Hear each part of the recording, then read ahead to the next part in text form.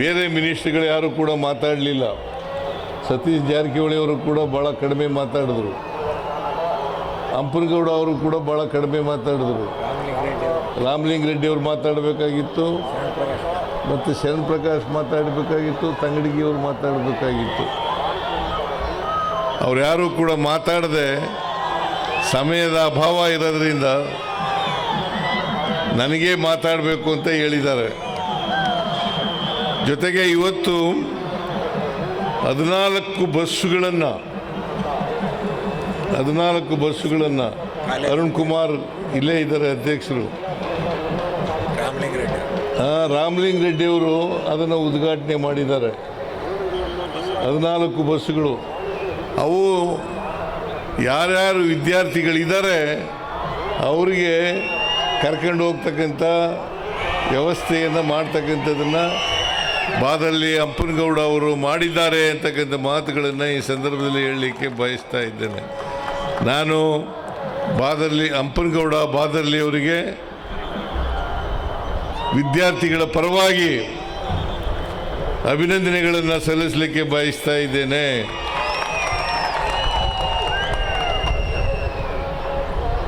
ನಾವು ಕರ್ನಾಟಕ ಕೂಡ ಅಭಿವೃದ್ಧಿ ಕೆಲಸ ಮಾಡಲಿಕ್ಕೆ ಹಿಂದೆ ಬೀಳಲ್ಲ. ನಾವು ನುಡಿದಂತೆ ನಡೀತಕ್ಕಂಥ ಸರ್ಕಾರ. ನಾವು ಏನು ಜನರಿಗೆ ಮಾತು ಕೊಟ್ಟಿದ್ದೀವಿ ಆ ಮಾತುಗಳನ್ನು ಈಡೇರಿಸ್ತಕ್ಕಂಥ ಪ್ರಾಮಾಣಿಕ ಪ್ರಯತ್ನವನ್ನು ಮಾಡ್ತೇವೆ ಅಂತಕ್ಕಂಥ ಮಾತುಗಳನ್ನು ಈ ಸಂದರ್ಭದಲ್ಲಿ ತಿಳಿಸಿ ಹೇಳಲಿಕ್ಕೆ ಬಯಸಿ, ಈ ನೀರಾವರಿ ಯೋಜನೆಗಳನ್ನು ಆದಷ್ಟು ಜಾಗ್ರತೆ ಮಾಡಿ ನೀರನ್ನು ಮುಂದಿನ ಟೈಲೆಂಡರ್ಸಿಗೆ ಕೊನೆ ಭಾಗದ ರೈತರಿಗೆ ನೀರು ಕೊಡ್ತಕ್ಕಂಥ ಕೆಲಸ ಆಗ್ತದೆ ಅಂತಕ್ಕಂಥ ಮಾತುಗಳನ್ನು ಹೇಳಿ ಈ ಕಾರ್ಯಕ್ರಮಗಳನ್ನು ಪ್ರಾರಂಭ ಮಾಡಿ ಆದಷ್ಟು ಜಾಗ್ರತೆ ಮುಗಿಸ್ತಕ್ಕಂಥ ಪ್ರಯತ್ನವನ್ನು ಮಾಡ್ತೇವೆ ಅಂತಕ್ಕಂಥ ಮಾತುಗಳನ್ನು ಹೇಳಲಿಕ್ಕೆ ಬಯಸ್ತಾ ಇದ್ದೀನಿ. ಆಮೇಲೆ ಜೊತೆಗೆ ಈ ದೇವಸ್ಥಾನದ ಅಭಿವೃದ್ಧಿ ಇದೆಯಲ್ಲ, ಈಗಾಗಲೇ ಎಷ್ಟು 2 ಕೋಟಿ 6 ಕೋಟಿ 30 ಲಕ್ಷ ಮೊದಲನೇ ಹಂತ, 2 ಕೋಟಿ ಖರ್ಚಾಗಿದೆ. ಮೊದಲನೇ ಹಂತ 6 ಕೋಟಿ 30 ಲಕ್ಷ. ಅದರಲ್ಲಿ ಈಗಾಗಲೇ 2 ಕೋಟಿ ರೂಪಾಯಿಗಳನ್ನು ಕೂಡ ಖರ್ಚು ಮಾಡಾಗಿದೆ. 2 ಕೋಟಿ ಖರ್ಚು ಮಾಡಿದ್ದೇವೆ. ಉಳಿದ ಹಣವನ್ನು ಕೂಡ ಬಿಡುಗಡೆ ಮಾಡಿ ಅದನ್ನು ಖರ್ಚು ಮಾಡ್ತಕ್ಕಂಥ ಕೆಲಸವನ್ನು ಮಾಡ್ತೇವೆ ಅಂತಕ್ಕಂಥ ಮಾತುಗಳನ್ನು ಹೇಳಲಿಕ್ಕೆ ಬಯಸ್ತಾ ಇದ್ದೇನೆ. ಈ ದೇಶದ ಅಭಿವೃದ್ಧಿ ದೇವಸ್ಥಾನದ ಅಭಿವೃದ್ಧಿ ಮತ್ತು ನೀರಾವರಿ ಕಾರ್ಯಕ್ರಮಗಳು ಜೊತೆಗೆ ಇವೆಲ್ಲನೂ ಕೂಡ ಒಟ್ಟಿಗೆ ಮಾಡ್ತಕ್ಕಂಥ ಕೆಲಸವನ್ನು ಮಾಡ್ತೇವೆ ಅಂತಕ್ಕಂಥ ಮಾತುಗಳನ್ನು ಹೇಳಿ, ನನಗೆ ಸಮಯ ಆಗ್ತಾ ಇದೆ. ಯಾಕಂದರೆ 5:15ಗೆ ಬಿಡಬೇಕು. ನಾನು ದಯಮಾಡಿ ಒಂದು ಮಾತನ್ನು ಕೊನೆಯಲ್ಲಿ ಹೇಳಲಿಕ್ಕೆ ಬಯಸ್ತಾ ಇದ್ದೇನೆ. ನೀರಾವರಿಗೆ ಹೆಚ್ಚು ಒತ್ತು ಕೊಟ್ಟು ಕೆಲಸ ಮಾಡ್ತಕ್ಕಂಥ ಪ್ರಯತ್ನವನ್ನು ಮಾಡ್ತಾ ಇದ್ದೀವಿ. ಇವತ್ತು ಎಲ್ಲ ನಿಗಮಗಳು ಭಾಳ ಸುಮಾರು 176 ಕೋಟಿ ಸಾಲ್ಗುಂದೆ ಏತ ನೀರಾವರಿಗೆ 71 ಕೋಟಿ, ಮಳ್ಳೂರು ಏತ ನೀರಾವರಿಗೆ 29 ಕೋಟಿ, ಮತ್ತು ಒಳಬಳ್ಳಾರಿ ಏತ ನೀರಾವರಿಗೆ 43ಕ್ಕೂ ಹೆಚ್ಚು ಕೋಟಿ ರೂಪಾಯಿಗಳನ್ನು ಮಾಡ್ತಾ ಇದ್ದೀವಿ. ಇವೆಲ್ಲನೂ ಕೂಡ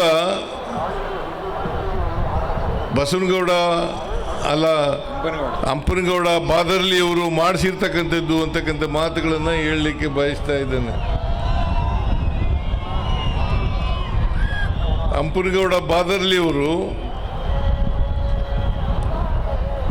ಈ ಕ್ಷೇತ್ರದ ಅಭಿವೃದ್ಧಿ, ಸಿಂಧನೂರು ಕ್ಷೇತ್ರದ ಅಭಿವೃದ್ಧಿಯನ್ನು ಭಾಳ ಚೆನ್ನಾಗಿ ಮಾಡ್ತಾ ಇದ್ದಾರೆ ಅಂತಕ್ಕಂಥ ಮಾತುಗಳನ್ನು ಹೇಳಲಿಕ್ಕೆ ಬಯಸ್ತಾ ಇದ್ದೇನೆ. ನಾವು ನೀರಾವರಿಗೆ 33 ಗೇಟ್ಗಳು ತುಂಗಭದ್ರಾ. ನೀರಾವರಿಗೆ ಸುಮಾರು 42 ಲಕ್ಷ ಹೆಕ್ಟೇರ್ 42 ಲಕ್ಷ ಹೆಕ್ಟೇರ್ ಪ್ರದೇಶಕ್ಕೆ ನೀರನ್ನು ಕೊಡಬೇಕು ಅಂತಕ್ಕಂಥ ಪ್ರಯತ್ನವನ್ನು ಮಾಡ್ತಾ ಇದ್ದೀವಿ. ಅದರಲ್ಲಿ ಈಗಾಗಲೇ 30 ಲಕ್ಷಕ್ಕೂ ಹೆಚ್ಚು ಹೆಕ್ಟೇರ್ ಪ್ರದೇಶಕ್ಕೆ ನೀರನ್ನು ಕೊಟ್ಟಿದ್ದೇವೆ. ಇನ್ನು ಉಳಿದ 12 ಲಕ್ಷಕ್ಕೂ ಕೂಡ ವಿವಿಧ ಹಂತಗಳಲ್ಲಿ ಕೆಲಸ ಪ್ರಾರಂಭ ಆಗಿದೆ ಅಂತಕ್ಕಂಥ ಮಾತುಗಳನ್ನು ಹೇಳಲಿಕ್ಕೆ ಬಯಸ್ತಾ ಇದ್ದೇನೆ. ಆಮೇಲೆ ತುಂಗಭದ್ರಾ 431 ಕೋಟಿ 431 ಕೋಟಿ ಪಾಪಯ್ಯ ಟೆನಲ್ ಮತ್ತು ಕಾಲುವೆ ಅಭಿವೃದ್ಧಿ. ಪಾಪಯ್ಯ ಟನೆಲ್ ಮತ್ತು ಕಾಲುವೆ ಅಭಿವೃದ್ಧಿ 33 ಗೇಟುಗಳು ಅಳವಡಿಸ್ತಕ್ಕಂಥ ಕೆಲಸವನ್ನು ಮಾಡ್ತಾ ಇದ್ದೇವೆ. ನಿಮಗೆಲ್ಲ ಗೊತ್ತಿದೆ ತುಂಗಭದ್ರಾ ಡ್ಯಾಮ್ನಲ್ಲಿ ಏನಾಗಿದೆ ಅಂತಕ್ಕಂಥದ್ದು ಗೊತ್ತಿದೆ ಅಂತಕ್ಕಂಥ ತಿಳ್ಕೊಂಡಿದ್ದೇನೆ. ಅದರಿಂದ ಗೇಟ್ಗಳನ್ನು ಅಳವಡಿಸ್ತಕ್ಕಂಥದ್ದು ಅತ್ಯಂತ ಅವಶ್ಯ. ಅದನ್ನು ನಮ್ಮ ಸರ್ಕಾರ ಪ್ರಾರಂಭ ಆಗಿದೆ. ಜೂನ್ ಒಳಗಡೆ ಮುಗಿಸಿ ಮುಂದಿನ ಬೆಳೆಗೆ ಮುಂಗಾರು ಬೆಳೆಗೆ ನೀರನ್ನು ಕೊಡ್ತೇವೆ ಅಂತಕ್ಕಂಥ ಮಾತುಗಳನ್ನು ಹೇಳಲಿಕ್ಕೆ ಬಯಸ್ತಾ ಇದ್ದೇನೆ. 6,000 ಕೋಟಿ ಪ್ರತಿ ವರ್ಷ ನಾವು ಖರ್ಚು ಮಾಡ್ತಾ ಇದ್ವಿ. ಅದನ್ನು ಈಗ ಒಂದು 18ನೇ ತಾರೀಕು ಒಂದು ಕಾನೂನನ್ನು ಮಾಡಿದ್ದಾರೆ ಕೇಂದ್ರ ಸರ್ಕಾರದವರು. ಮಹಾತ್ಮ ಗಾಂಧೀಜಿಯವರನ್ನ ಹೆಸರನ್ನು ತೆಗೆದಾಕಿ ಅದನ್ನು ರಿಪೀಲ್ ಮಾಡಿ ಮನ್ರೇಗಾ ಆಕ್ಟನ್ನು ಈಗ ಮಾಡಿರ್ತಕ್ಕಂಥದ್ದು ರಾಮ್ಜಿ ಕಾಯ್ದೆಯನ್ನು ಮಾಡಿದ್ದಾರೆ. ರಾಮ್ಜಿ ಮಾಡಿದ್ದಾರೆ. ಅದರ ಆ ಕಾನೂನಿನ ರೀತಿಯ ಈಗ ಮಾಡಿರ್ತಕ್ಕಂಥ ಕಾನೂನು ರೀತಿಯ ಜನ ಏನು ಕೆಲಸ ಕೇಳ್ತಾರೆ ಆ ಕೆಲಸವನ್ನು ಕೊಡಲಿಕ್ಕೆ ಸಾಧ್ಯ ಆಗಲ್ಲ. ಮತ್ತು ಬಡವರು, ಮಹಿಳೆಯರು, ದಲಿತರು, ಆಮೇಲೆ ಸಣ್ಣ ರೈತರು ಇವ್ರಿಗೆ ತೊಂದರೆ ಆಗ್ತಕ್ಕಂಥ ಕಾನೂನನ್ನು ಮಾಡಿದ್ದಾರೆ. ನಾವು ಇದನ್ನು ತೀವ್ರವಾಗಿ ವಿರೋಧ ಮಾಡಲಿಕ್ಕೆ ನಮ್ಮ ಪಕ್ಷ ಮತ್ತು ನಮ್ಮ ಜೊತೆಲಿ ಇರ್ತಕ್ಕಂಥ ಇತರ ಎಲ್ಲ ಪಕ್ಷಗಳು ಜೊತೆ ಸೇರಿ ಇದನ್ನು ವಿರೋಧ ಮಾಡ್ತಕ್ಕಂಥ ಕೆಲಸವನ್ನು ಮಾಡ್ತೇವೆ. ನಮ್ಮ ಉದ್ದೇಶ ಈ ಕಾನೂನನ್ನು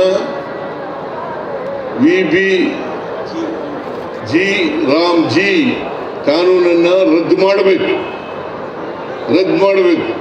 ಮನ್ರೇಗಾ ಕಾನೂನನ್ನು ಮತ್ತೆ ಪುನರ್ಸ್ಥಾಪನೆ ಮಾಡಬೇಕು ಅಂತಕ್ಕಂಥದ್ದು ನಮ್ಮ ಉದ್ದೇಶ. ಇದಕ್ಕೆ ಯಾಕಂತಂದರೆ ಈಗ ಸ್ವರೂಪನೇ ಬದಲಾವಣೆ ಮಾಡಿಬಿಟ್ಟಿದ್ದಾರೆ. ಆ ಕಾನೂನಿನ ಸ್ವರೂಪನೇ ಬದಲಾವಣೆ ಮಾಡಿಬಿಟ್ಟಿದ್ದಾರೆ. ಈಗ ಕೇಂದ್ರ ಸರ್ಕಾರ 60% ಕೊಡೋದು, ರಾಜ್ಯ ಸರ್ಕಾರ 40% ಕೊಡೋದು. ಮೊದಲು ಇರಲಿಲ್ಲ. ಎಲ್ಲ ಇದು ಮನಮೋಹನ್ ಸಿಂಗ್ರವರು ಪ್ರಧಾನಮಂತ್ರಿ ಆಗಿದ್ದಾಗ ಮಾಡಿದ್ದು 20 ವರ್ಷಗಳ ಹಿಂದೆ.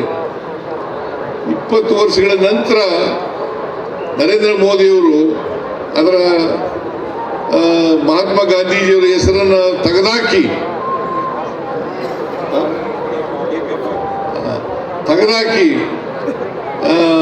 ಈಗ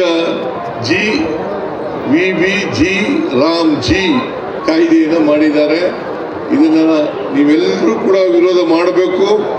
ಯಾಕೆಂತಂದರೆ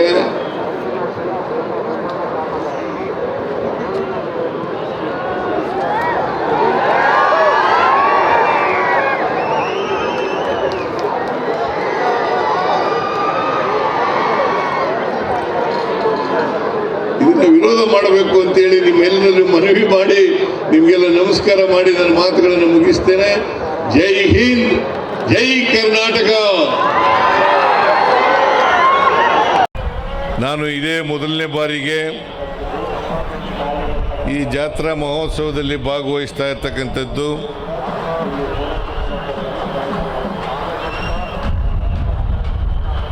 ಅಂಬಾದೇವಿಯ ದರ್ಶನವನ್ನು ಕೂಡ ಪಡೆದಿದ್ದೇನೆ. ಅದು ನನ್ನ ಪುಣ್ಯ ಅಂತೇಳಿ ನಾನು ಭಾವಿಸ್ಕೊಂಡಿದ್ದೇನೆ.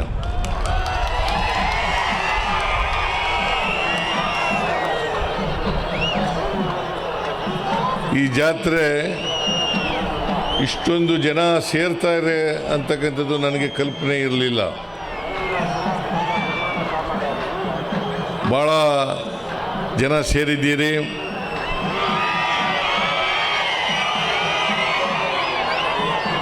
ನಿಮ್ಮೆಲ್ಲರಿಗೂ ಕೂಡ ಅಂಬಾದೇವಿಯು ಒಳ್ಳೆಯದನ್ನು ಮಾಡಲಿ ಅಂತೇಳಿ ಈ ಸಂದರ್ಭದಲ್ಲಿ ನಾನು ಕೂಡ ಪ್ರಾರ್ಥನೆಯನ್ನು ಮಾಡಲಿಕ್ಕೆ ಬಯಸ್ತಾ ಇದ್ದೇನೆ.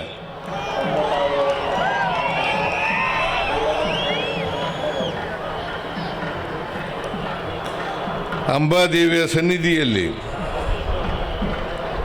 ಇವತ್ತು ಸಾಲ್ಗುಂದ ಏತ ನೀರಾವರಿ,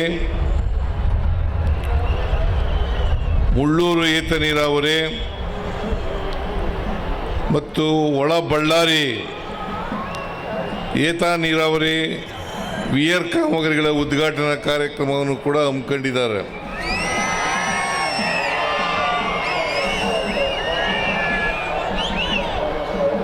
ಹಂಪನಗೌಡ ಬಾದರ್ಲಿಯವರು ನನಗೆ ಅಭಿವೃದ್ಧಿ ಕಾರ್ಯಕ್ರಮಗಳ ಉದ್ಘಾಟನೆಗೆ ಬರಬೇಕು ಅಂತೇಳಿ ಹೇಳಿದರು. ಅಂಬಾದೇವಿಯವರ ಜಾತ್ರೆ ನಡೀತದೆ ಅಂತ ಹೇಳಿರಲಿಲ್ಲ.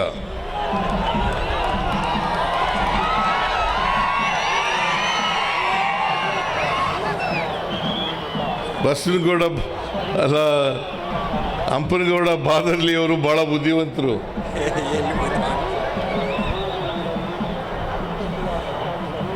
ನಾನು ದೇವರ ಕಾರ್ಯಕ್ರಮಕ್ಕೆ ಬರಬೇಕು, ಅದನ್ನು ಉದ್ಘಾಟನೆ ಮಾಡಬೇಕು ಅಂತಂದರೆ ಬರದೇ ಇರ್ಬೋದು ಅಂಥೇಳಿ ಗ್ರಹಿಸ್ಕೊಂಡು ನನಗೆ ಹೇಳಿರಲಿಲ್ಲ ಅಂತ ಅನಿಸುತ್ತೆ.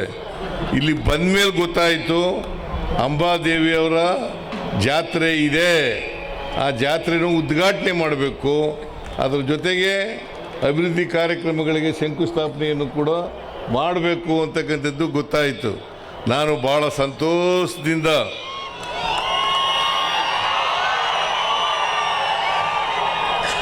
ಸಂಭ್ರಮ ಸಡಗರದಿಂದ ಈ ಕಾರ್ಯಕ್ರಮವನ್ನು ಉದ್ಘಾಟನೆಯನ್ನು ಮಾಡಿದ್ದೇನೆ. ಎಷ್ಟೇ ತೊಂದರೆ ಇದ್ದರೂ ಕೂಡ, ಎಷ್ಟೇ ಖರ್ಚಾದರೂ ಕೂಡ ನಾವು ಹೊಸ ಗೇಟುಗಳನ್ನು ಮಾಡಿ ಅಳವಡಿಸಿ ನೀರನ್ನು ಕೊಡ್ತೇವೆ ಅಂತಕ್ಕಂಥ ಮಾತುಗಳನ್ನು ಹೇಳಲಿಕ್ಕೆ ಬಯಸ್ತಾ ಇದ್ದೇನೆ. ಭಾಳ ಜನ ಟೀಕೆ ಮಾಡ್ತಾರೆ. ಸಿದ್ದರಾಮಯ್ಯನವರ ಸರ್ಕಾರದಲ್ಲಿ ಹಣ ಇಲ್ಲ, ಗ್ಯಾರಂಟಿ ಯೋಜನೆಗಳನ್ನು ಮಾಡಿಬಿಟ್ಟು ಅಭಿವೃದ್ಧಿ ಕೆಲಸಗಳಿಗೆ, ನೀರಾವರಿ ಕೆಲಸಗಳಿಗೆ, ಇತರ ಮೂಲಭೂತ ಸೌಕರ್ಯಗಳನ್ನು ಒದಗಿಸಿಕೊಡ್ತಕ್ಕಂಥದ್ದಕ್ಕೆ ಹಣ ಇಲ್ಲ ಅಂತಕ್ಕಂಥ ಮಾತುಗಳನ್ನು ಹೇಳ್ತಾ ಇದ್ದಾರೆ. ಅದು ಅಪ್ಪಟ ಸುಳ್ಳು, ಅಪ್ಪಟ ಸುಳ್ಳು.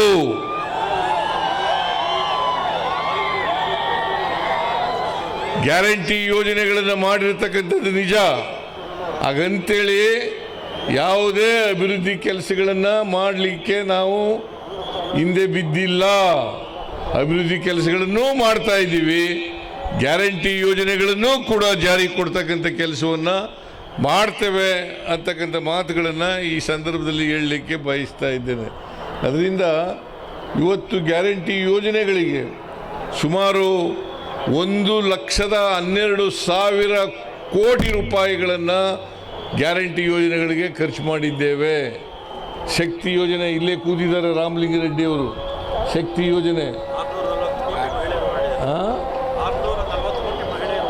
643 ಕೋಟಿ ಮಹಿಳೆಯರು ಓಡಾಡ್ಯಾರ. ಈಗಾಗಲೇ ಪ್ರಯಾಣಿಕರು 640 ಕೋಟಿ ಮಹಿಳೆಯರು ಉಚಿತವಾಗಿ ಪ್ರಯಾಣ ಮಾಡಿದ್ದಾರೆ. 16,000 ಕೋಟಿ ಖರ್ಚು. ಸುಮಾರು 16,000 ಕೋಟಿ ರೂಪಾಯಿಗಳನ್ನು ಶಕ್ತಿ ಯೋಜನೆಗೆ ನಮ್ಮ ಸರ್ಕಾರ ಖರ್ಚು ಮಾಡಿದೆ. ಶಕ್ತಿ ಯೋಜನೆ, ಗೃಹಲಕ್ಷ್ಮಿ, ಗೃಹ ಜ್ಯೋತಿ, ಅನ್ನಭಾಗ್ಯ ಮತ್ತು ಯುವ ನಿಧಿ ಕಾರ್ಯಕ್ರಮಗಳಿಗೆ 1,12,000 ಕೋಟಿ ರೂಪಾಯಿಗಳನ್ನು ಇಲ್ಲಿವರೆಗೆ ಖರ್ಚು ಮಾಡಿದ್ದೇವೆ. 1,12,000. ಈ ವರ್ಷ ಸುಮಾರು 52,000 ಕೋಟಿ ರೂಪಾಯಿಗಳನ್ನು ಖರ್ಚು ಮಾಡ್ತಾ ಇದ್ದೇವೆ. ಅದರಿಂದ ಇವತ್ತು ಕರ್ನಾಟಕ ರಾಜ್ಯದ ಅಭಿವೃದ್ಧಿಯನ್ನು ಮಾಡಬೇಕು ಅಂತಕ್ಕಂಥದ್ದು. ಯಾಕಂತಂದರೆ ಕರ್ನಾಟಕದಲ್ಲಿ ರಾಜಸ್ಥಾನ ಬಿಟ್ಟರೆ ಇಡೀ ದೇಶದಲ್ಲಿ ಕರ್ನಾಟಕ ನಂಬರ್ 2 ಸ್ಥಾನದಲ್ಲಿ ಇರ್ತಕ್ಕಂಥ ಒಣಭೂಮಿ ಹೆಚ್ಚು ಇರ್ತಕ್ಕಂಥ ಪ್ರದೇಶ ಕರ್ನಾಟಕ. ಆದ್ದರಿಂದ ಕರ್ನಾಟಕದಲ್ಲಿ ನಾವು ಹೆಚ್ಚು ನೀರಾವರಿ ಪ್ರದೇಶವನ್ನು ಮಾಡಬೇಕು, ಅದರಿಂದ ಹೆಚ್ಚು ಜನರಿಗೆ ನೀರನ್ನು ಕೊಡಬೇಕು, ಹೆಚ್ಚು ಭೂಮಿಯನ್ನು ಹಸಿರು ವಲಯವನ್ನಾಗಿ ಮಾಡಬೇಕು ಅಂತಕ್ಕಂಥದ್ದು ನಮ್ಮ ಉದ್ದೇಶ.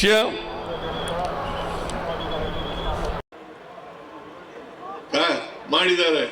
ಅದರ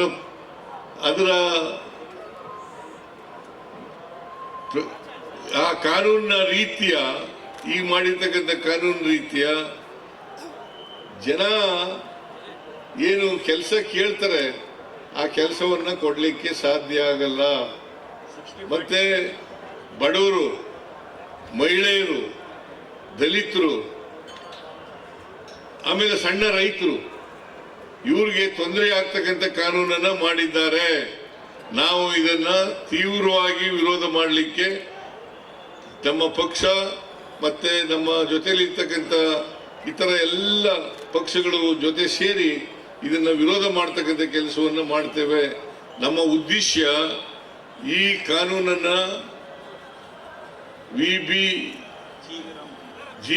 ರಾಮ್ಜಿ ಕಾನೂನನ್ನ ರದ್ದು ಮಾಡಬೇಕು. ಮನ್ರೇಗಾ ಕಾನೂನನ್ನ ಮತ್ತೆ ಪುನರ್ಸ್ಥಾಪನೆ ಮಾಡಬೇಕು ಅಂತಕ್ಕಂಥದ್ದು ನಮ್ಮ ಉದ್ದೇಶ. ಇದಕ್ಕೆ ಯಾಕಂತಂದ್ರೆ ಈಗ ಸ್ವರೂಪನೇ ಬದಲಾವಣೆ ಮಾಡಿಬಿಟ್ಟಿದ್ದಾರೆ. ಆ ಕಾನೂನಿನ ಸ್ವರೂಪನೇ ಬದಲಾವಣೆ ಮಾಡಿಬಿಟ್ಟಿದ್ದಾರೆ. ಈಗ ಕೇಂದ್ರ ಸರ್ಕಾರ 60% ಕೊಡೋದು, ರಾಜ್ಯ ಸರ್ಕಾರ 40% ಕೊಡೋದು. ಮೊದಲು ಇರಲಿಲ್ಲ.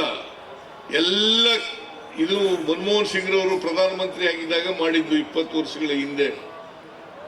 20 ವರ್ಷಗಳ ನಂತರ ನರೇಂದ್ರ ಮೋದಿಯವರು ಅದರ ಮಹಾತ್ಮ ಗಾಂಧೀಜಿಯವರ ಹೆಸರನ್ನು ತೆಗೆದಾಕಿ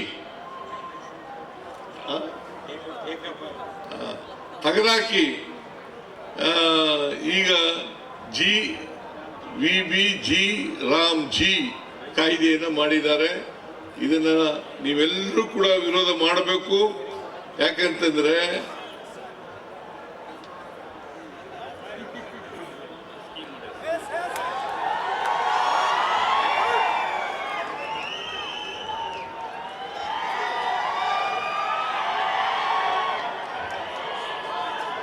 ಇದನ್ನ ವಿರೋಧ ಮಾಡಬೇಕು ಅಂತೇಳಿ ನಿಮ್ಮೆಲ್ಲರೂ ಮನವಿ ಮಾಡಿ ನಿಮ್ಗೆಲ್ಲ ನಮಸ್ಕಾರ ಮಾಡಿ ನನ್ನ ಮಾತುಗಳನ್ನು ಮುಗಿಸ್ತೇನೆ. ಜೈ ಹಿಂದ್, ಜೈ ಕರ್ನಾಟಕ. ಅದನ್ನ ಮಾಡ್ತಾ ಇದ್ದೀವಿ ಅಂತಕ್ಕಂಥ ಮಾತುಗಳನ್ನು ಹೇಳಲಿಕ್ಕೆ ಬಯಸ್ತಾ ಇದ್ದೇನೆ.